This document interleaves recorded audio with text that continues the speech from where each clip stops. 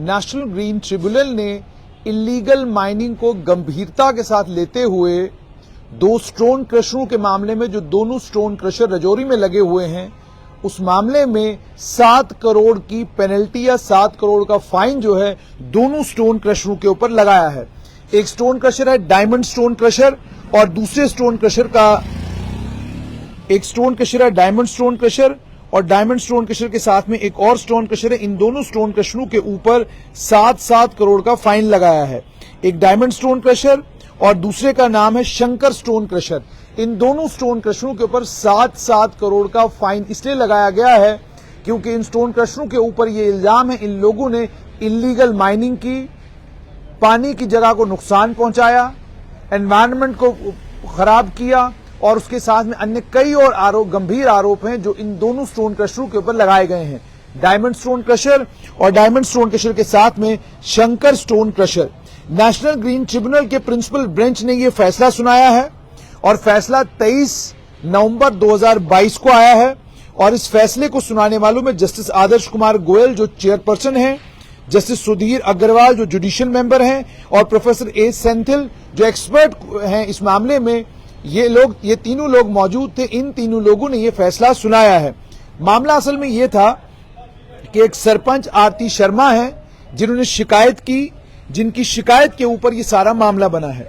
मामला यह था कि 2 स्टोन क्रशर, एक डायमंड स्टोन क्रशर जो सरनू रजौरी में है और दूसरा शंकर स्टोन क्रशर ये भी सरनू रजौरी में है। इनको लेकर शिकायत ये थी कि ये माहौल को खराब कर रहे हैं, ये एनवायरनमेंट को प्रदूषित कर रहे हैं। आरती शर्मा ने ये कहा कि ये जो स्टोन क्रशर हैं दोनों ये रेजिडेंशियल एरिया के करीब हैं, तवी दरिया के पास हैं। इलीगल बोरवेल जो हैं उन्हें वहां पर इलीगल बोरवेल खोदे गए हैं जिनसे पानी निकाला जा रहा है। एनवायरमेंटल क्लियरेंस नहीं ली गई है। इलीगल माइनिंग जो है तवी दरिया के किनारे पर हो रही है और भारी भरकम मशीनरी इस्तेमाल करके ये सब कुछ किया जा रहा है। उसके कारण हवा भी प्रदूषित हो रही है और वहां से चलने वाली गाड़ियों को भी जबरदस्त नुकसान पहुंच रहा है। और उसके बाद उन्होंने ये भी कहा इससे पानी का स्तर कम हो रहा है, पानी की वाटर स्केर्सिटी हो रही है, इसका सीधा नुकसान जो है वो खेतों को हो रहा है, बायोडायवर्सिटी का नुकसान हो रहा है, जमीन खराब हो रही है, सॉइल इरोजन हो रहा है। उसके अलावा नॉइज पोल्यूशन है, डस्ट पोल्यूशन है, वाटर पोल्यूशन है और फ्लोरा एंड फ्यूना उनको भी जबरदस्त नुकसान पहुंच रहा है। और उसके बाद उन्होंने ये भी इल्जाम लगाया था कि इन स्टोन क्रशरों ने जो पोल्यूशन कंट्रोल करने के लिए इक्विपमेंट्स लगाने चाहिए थे वो इक्विपमेंट्स भी नहीं लगाए थे। और ये भी कहा गया था कि इन्होंने तो नहीं लगाए लेकिन Jammu Kashmir pollution control committee जिसकी जिम्मेदारी थी कि वो इनसे ये इक्विपमेंट्स इंस्टॉल करवाती, Jammu Kashmir pollution control committee ने भी अपनी जिम्मेदारी पूरी तरीके से निभाई नहीं। और उन्होंने ये भी कहा कि जो Jammu Kashmir pollution control committee है उन्होंने कुछ गाइडलाइंस जरूर दी थी लेकिन गाइडलाइंस देने के बावजूद उन्होंने उन गाइडलाइंस पर इंप्लीमेंटेशन नहीं करवाई। उसके बाद उन्होंने ट्रिब्यूनल ने यह कहा कि हमने 30 जून 2021 को एक ऑर्डर दिया जिस ऑर्डर में एक ज्वाइंट कमेटी बनाई गई सेंट्रल पोल्यूशन कंट्रोल बोर्ड की, Jammu Kashmir pollution control committee की, डिस्ट्रिक्ट मजिस्ट्रेट रजौरी की, और उन्हें यह कहा गया कि जो सरपंच ने शिकायत की है इस शिकायत का आप संज्ञान लें और ये देखें कि आखिरकार नॉन कंप्लायंस क्यों हो रही है। उसके बाद ये डायरेक्शंस भी साथ में ही नेशनल ग्रीन ट्रिब्यूनल ने दे दी थी कि ना तो एनवायरनमेंट को नुकसान पहुंचना चाहिए और ना ही दरिया को नुकसान पहुंचना चाहिए। उसको रिस्टोर करने के लिए और इकोलॉजिकल सर्विसेज को जिंदा रखने के लिए जरूरी है कि आप इन तमाम इस मामले का संज्ञान लें। उसके बाद ट्रिब्यूनल ने 12 अप्रैल 2022 को एक action taken report joint committee ने दी और उसमें यह बताया गया कि वायलेशंस हैं, कॉम्पेंसेशन भी असेस किया गया और बाकी स्टेप्स भी लिए गए। लेकिन ट्रिब्यूनल ने इस पर भी कहा कि जो आपने कदम उठाए हैं ये कदम पर्याप्त नहीं है। एक और कमेटी बनाई गई, जस्टिस जनकराज कोतवाल जो जम्मू कश्मीर हाई कोर्ट के रिटायर्ड जज हैं उनकी अध्यक्षता में कमेटी बनाई गई जिस कमेटी में Jammu Kashmir pollution control committee के मेंबर भी थे, सेक्रेटरी इरिगेशन जेएनके का भी एक व्यक्ति था और डिस्ट्रिक्ट मजिस्ट्रेट रजौरी का भी एक व्यक्ति था। उस कमेटी ने काम किया और उसके बाद उन्होंने ऑर्डर में ही साफ तौर पर यह कह दिया गया था कि डायमंड स्टोन क्रशर और शंकर स्टोन क्रशर क्या क्या इलीगैलिटीज कर रहे हैं वो ऑर्डर में नेशनल ग्रीन ट्रिब्यूनल ने हाईलाइट किया था। उसको हाईलाइट करने के बाद रिकमेंडेशंस भी दे दी गई थी। उसके बाद उनके ऊपर फाइन भी इंपोज किया गया था, 7,41,250 का फाइन डायमंड स्टोन क्रशर के ऊपर और शंकर स्टोन क्रशर के ऊपर 17,500 रुपए का फाइन। लेकिन वहीं पर जो डिस्ट्रिक्ट मजिस्ट्रेट राजौरी हैं, उन्होंने 7 करोड़ का फाइन डायमंड स्टोन क्रशर के ऊपर लगाया था कि आप हैवी मशीनरी का इस्तेमाल कर रहे हैं। और उसके बाद इसी तरह उन्होंने साथ में ये भी कहा था, ये जो उन्होंने डायमंड स्टोन क्रशर के ऊपर 7 करोड़ का फाइन लगाया, इस फाइन के लगाने के बाद डायमंड स्टोन क्रशर ने हाईकोर्ट को अप्रोच किया। हाईकोर्ट को जब उन्होंने अप्रोच किया तो हाईकोर्ट ने इस मामले में उन्हें स्टे दे दिया।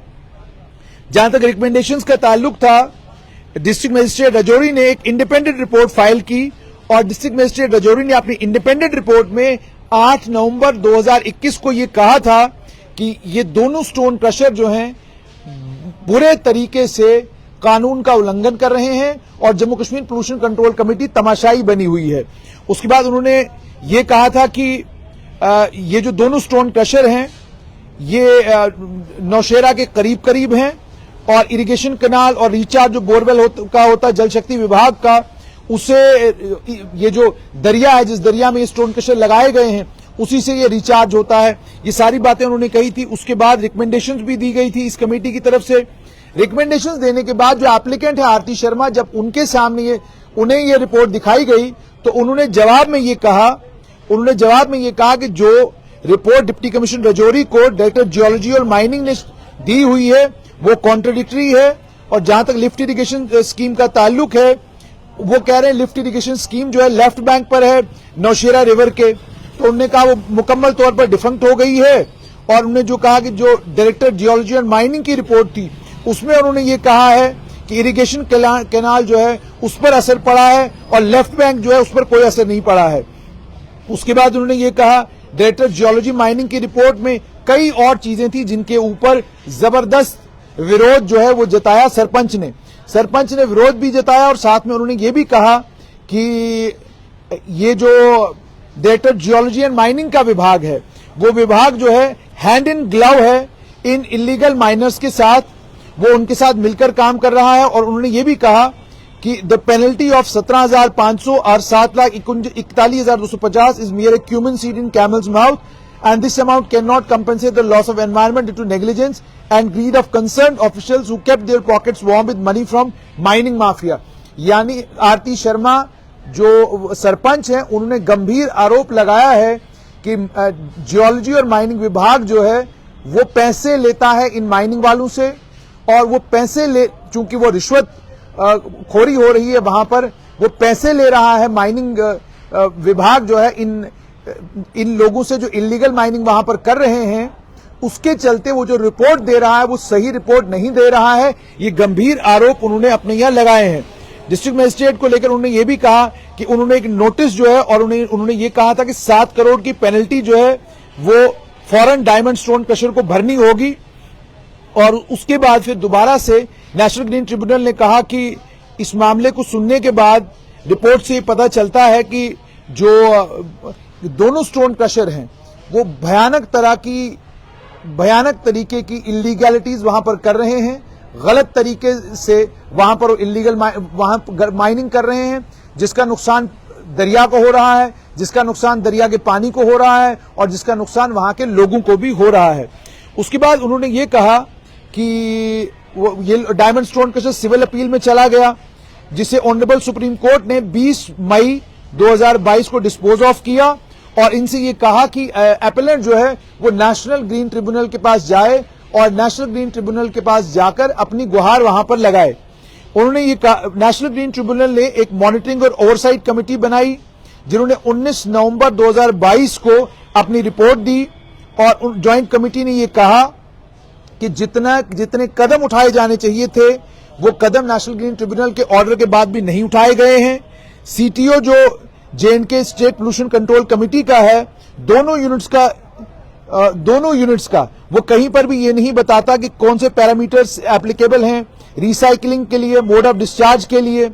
और उसके बाद उन्होंने ये भी कहा कि Jammu Kashmir pollution control committee ने और सेंट्रल पोल्यूशन कंट्रोल बोर्ड ने उन्होंने मॉनिटरिंग और वॉशिंग एफ्लुएंट जो स्टोन क्रशर्स का है उसके लिए कुछ नहीं कहा है। डॉक्टर नरेंद्र शर्मा जो कमेटी के मेंबर हैं उन्होंने ये बताया कि इंडस्ट्री स्पेसिफिक स्टैंडर्ड्स जो हैं उन्हें सीपीसीबी ने नोटिफाई नहीं किया है और जनरल स्टैंडर्ड्स जो है वो अप्लाई होते हैं। और उसके अलावा Jammu Kashmir state pollution control committee ने यह भी कहा कि सस्पेंडेड पर्टिकुलर मैटर की जो मेजरमेंट होनी चाहिए थी पीरियोडिकल वो नहीं हुई। उसके बाद उन्होंने ये भी कहा कि बहुत सारे फंडामेंटल ड्रॉबैक्स हैं ये जो स्टोन क्रशर लगाए गए हैं।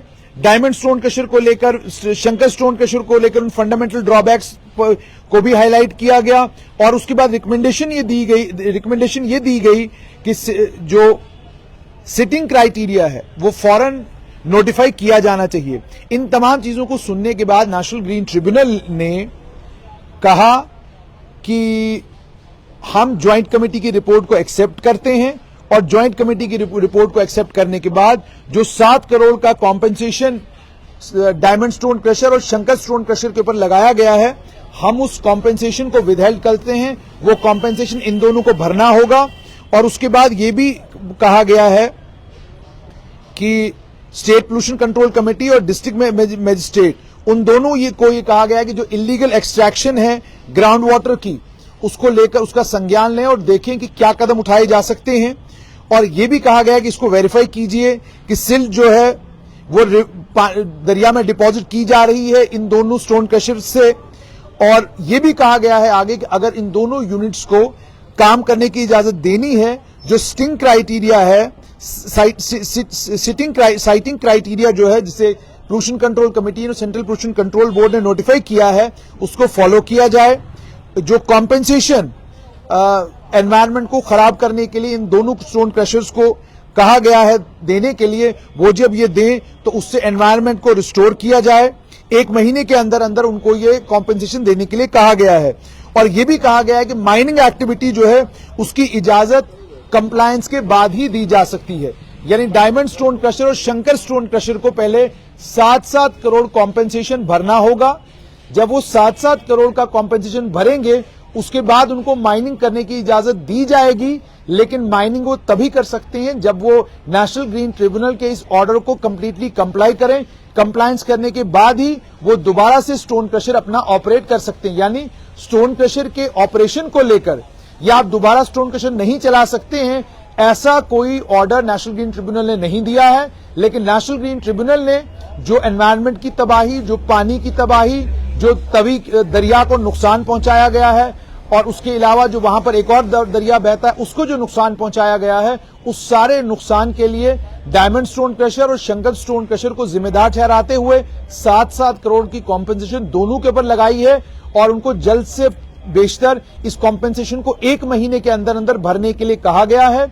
और साथ में ये भी कि जो वहां की सरपंच है आरती शर्मा, उन्होंने बड़े गंभीर आरोप डायरेक्टर जियोलॉजी और माइनिंग के दफ्तर के ऊपर और Jammu Kashmir pollution control committee के दफ्तर के ऊपर लगाए हैं। और सिर्फ इतना ही नहीं, नेशनल ग्रीन ट्रिब्यूनल तक ने Jammu Kashmir pollution control committee के कामकाज पर गंभीर सवाल उठाए हैं और ये कहा है कि Jammu Kashmir pollution control committee के कामकाज करने का तरीका इस तरह का है जिसके चलते इतनी बड़ी बड़ी गलतियां और इतने बड़े बड़े ब्लंडर्स 2 स्टोन क्रशर करते रहे और Jammu Kashmir pollution control committee उसके ऊपर पर्दा डालती रही।